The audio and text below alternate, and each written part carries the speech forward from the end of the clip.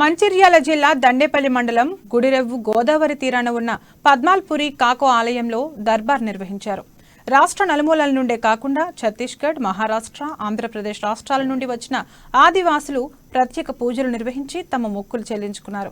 దక్షిణ భారతదేశంలో ఏకైక ఆదివాసీ దేవాలయంగా పేరొందిన ఈ ఆలయానికి గిరిజనులు వేలాదిగా తరలివచ్చి సంస్కృతి సంప్రదాయాలను చాటి చెప్పారు.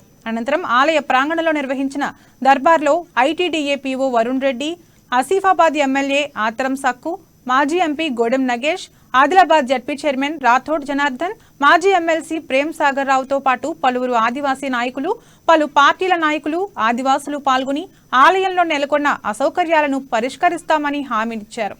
ఆలయ పరిసరాల్లో స్నానపు గదులు, మరుగుదొడ్లు, విద్యుత్ సౌకర్యం వంటి వసతులు కల్పించాలని పలువురు డిమాండ్ చేశారు.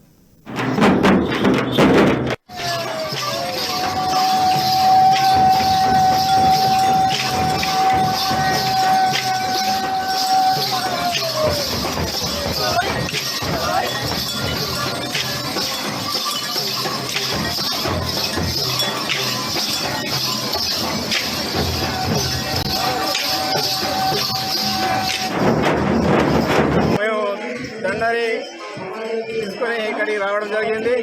అయితే రావడానికి రోడ్డు సౌకర్యం కానీ గుంతలు మేమైతే కాలినడకన వచ్చినాం. ఇక్కడ వచ్చినప్పుడు మేము చాలా ఊళ్ళ నుండి చాలా వచ్చినాం కాబట్టి ఇక్కడ వచ్చిన తర్వాత మాతో పిల్లలు మహిళలు వస్తారు కాబట్టి వాళ్ళకు మొలమూత్రం